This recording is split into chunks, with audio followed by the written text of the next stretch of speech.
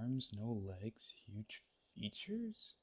Well, we've made it to the third game in the Rayman series, Rayman 3 Hoodlum Havoc. A game I have arguably the most memories with in this series, and one that I get some of the most enjoyment out of while playing. That may have something to do with this potentially being my first Rayman game I've played. I'm not 100% sure about that one, but it's likely the first, and I remember enjoying it a lot when I first played it. And now, after replaying it from start to finish, I can say with confidence that nothing much has changed in the years that I was away from Rayman 3, and it's still a good time from start to finish when playing it again for this video. I'm emphasizing start to finish because usually whenever I pick this game up, it's usually just for the gameplay. I play a couple of levels and then I just put it back down. This playthrough being the first to run through in a while where I actually pay attention to the story. Which, we'll start the video there. So Rayman 3 starts off with these teensies moving this huge rat thing with Murphy. Nearby, these black creatures, which you later find out are called black lums, are turning other red lums into them to increase their number.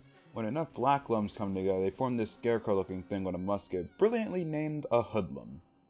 After the Hoodlum tries to kill Murphy, he flies to Rayman and Globox, who are sleeping while this is happening. This is going to be a common trend with the rest of the series.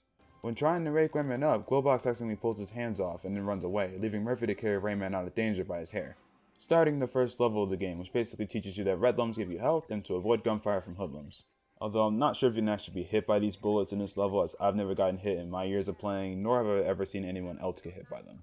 After that short level, Murphy throws you down a log and you're launched into the second level, where Murphy explains to Rayman what's going on by pulling out and reading the manual of the game. Manual. It's all in here. If you read the story, you'll find your way out. Once upon a time, there were lumps. Harmony, love, peace. Boring! If you're playing Rayman 2 and 3 back to back, the first thing you will notice is that everyone has new voices. Rayman is now voiced by David Gassman, who is my personal favorite voice actor for Rayman. He sounds useful and kinda cool, while still having that goofy charm about him. Knowing what a scaredy cat he is, he's probably hiding someplace. You little peeping Tom, you should be ashamed! I'm gonna kill you! I'm sorry. I didn't mean to. Murphy is voiced by Billy West, better known as Fry from Futurama or Stimpy from Ren and Stimpy. His performance in this game is pretty good, albeit brief, as Murphy is only in the first 4 levels in the game. It's a shame though, because I think Murphy is a pretty funny character in this game. This line got a laugh at me when I first heard it. What? This is out of control. The manual claims you can make a chopper out of your hair. Make a chopper of your hair. Huh, sounds like someone's been eating paint chips again.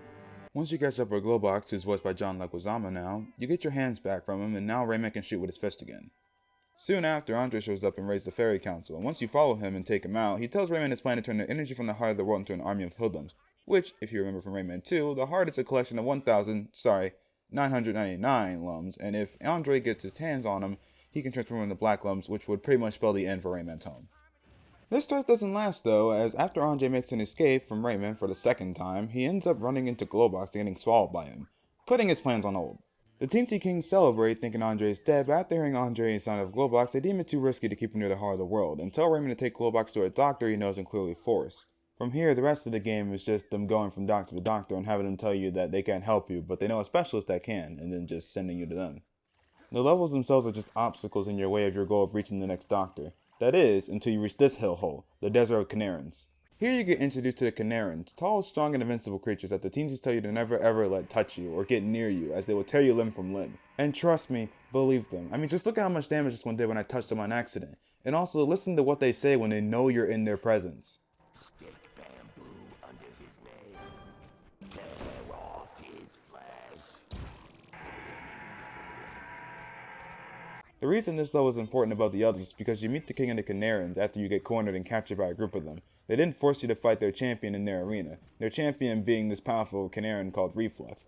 After a pretty dope ass boss fight, you win and the king rewards Rayman by giving him the power of the Elliptus, which allows Rayman to turn black lums into red lums. A really useful ability for when you're in a pinch and need some health. Also being a way for Rayman to purify the black lums he comes across on his adventure.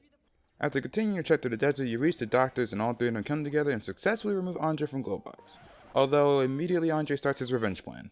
That being enlisting the aid of Reflux, who I'm guessing because he was inside Globox's stomach he knows he exists and is pretty strong if he was fighting Rayman, and convincing him to steal his King's Scepter so that he can help Andre multiply and also so he can have the opportunity to get revenge against Rayman.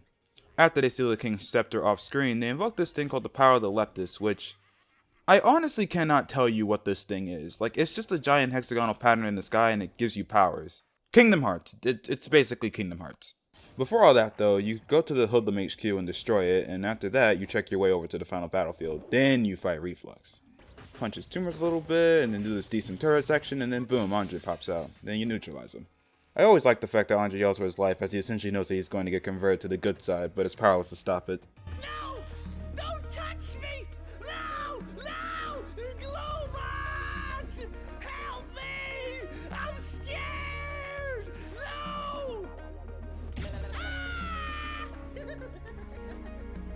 And then that's it. Rayman and Globox go back to sleeping, and then the game ends. Although not without the tidbit that black lumps form when you simply scare a red lump, which isn't that hard to do considering Rayman's hand did it in his sleep. It's only a little gag at the end, I know, but I kind of see it as one of those endings that loop the game back to the start and make you want to start a new file again.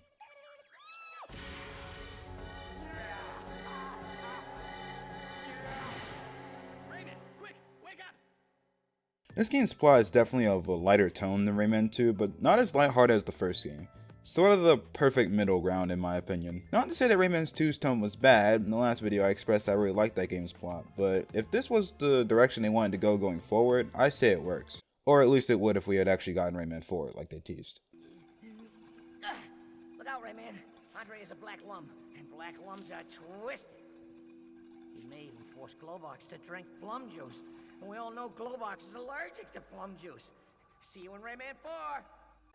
In terms of the actual gameplay from Rayman 2 to 3, I'd say that Rayman 3 is a straight upgrade in combat when compared to Rayman 2. You can still strafe and jump over bullets and shoot your fists, but it feels even better now thanks to the improved controls and how fluid the animation is in this game. Like, sometimes this game has some straight up gorgeous looking environments that are colorful and memorable. While not every environment in this game is jaw dropping, it still at the very least looks really good, and most importantly, is really fun to fight in. Combat in this game is more so arena style, where every combat encounter has different platforms to jump on, cover to get behind, and enemy formations you have to deal with. This, combined with the fact that you can curve your fist to hit enemies behind walls or mix up enemies, makes Rayman 3 the more engaging game to play than 2 for me. While yeah, you can just spam your fist and it will eventually get the job done, some enemies will block your fist if it's too predictable, encouraging you to mix up your shots. Either throwing a couple to the left or a couple to the right, or maybe just sending a straight shot every once in a while. The enemy variety is also a step up from 2. While visually they might blend in sometimes, when actually fighting some of these guys, you got regular hoodlums with their muskets, ones that throw bombs, some that are heavy and need to be pushed into fire or off cliffs, goons that fly, and also some regular enemies that are protected by sorcerers, making you have to bait them to show up by hitting the enemy they're protecting and then punching the sorcerer when they show up. And there's more! The power-ups in this game come in the form of these cans that will appear if an enemy has a $sign over his head, or if you save a teensy that happens to have a can on them. Yeah, they're back too. And saving 6 gives you a health upgrade, unlike in 2 where you have to save 10. That being because there aren't as many in this game, so the requirement is lower. But back to power-ups, each can gives Rayman a different ability. The first one you find is the Vortex, which lets Rayman shoot wind, or these mini tornadoes, which shrinks enemies on contact and can spin these guys on these stilts and lower these platforms. The red can is the Heavy Metal Fist, which doubles your damage and makes clearing out weak enemies super satisfying, and is good for fighting bosses and mini-bosses. My personal favorite is the blue can, the Lockjaw. It's essentially the purple lum / hook ability in Rayman 1 and 2 respectively, but now you get these metal jaws at the end of each chain, which can not only hook onto the hooks, but also bite enemies, and if you latch onto one and spam the attack button, you can shock them with electricity. Which is not only badass, but also good for the metal enemies, because you can just walk up to one, aim, and...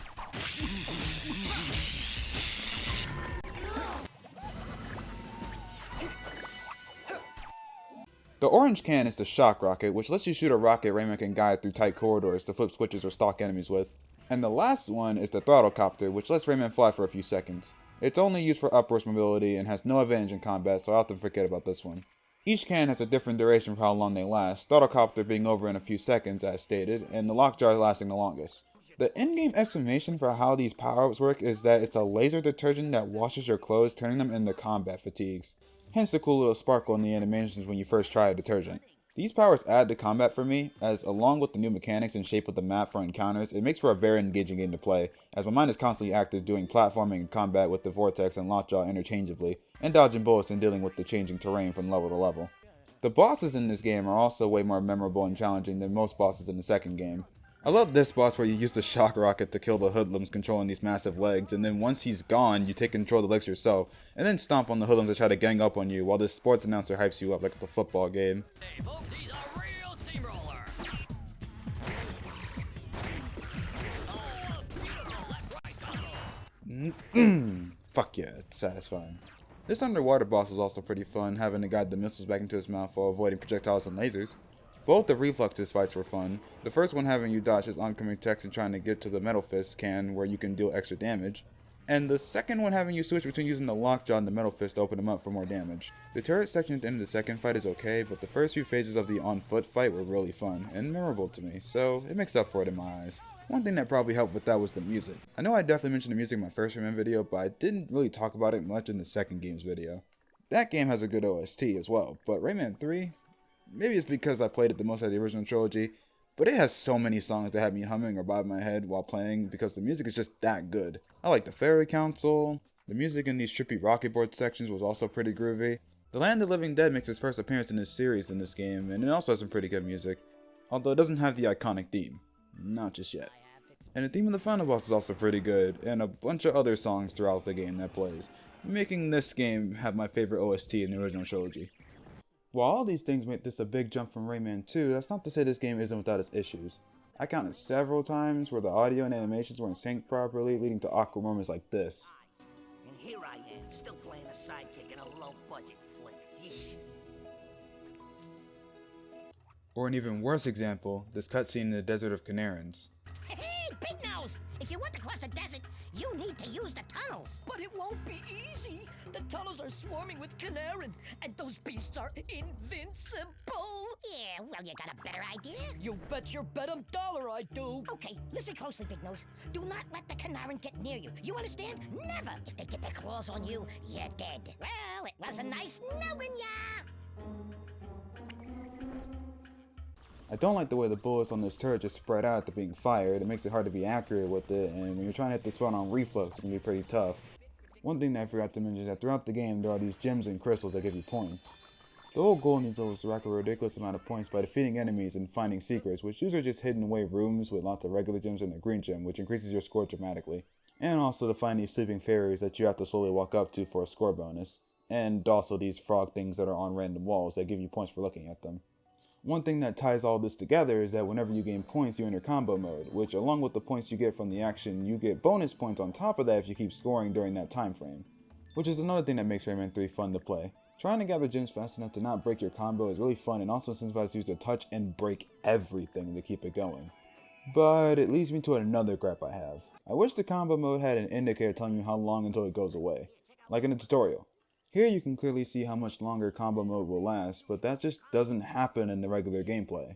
You kinda just have to keep track of that yourself, which having to time that while fighting and doing other stuff in the game can be pretty difficult.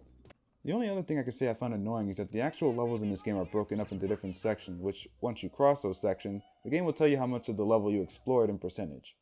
It's not bad when you're just casually playing through the game, but if you missed a teensy cage in one segment of the level, you have to restart the whole world over from its first level and play up until you reach it. Very similar to how you have to replay a level from the beginning of Rayman 1 if you missed a case in the middle of it.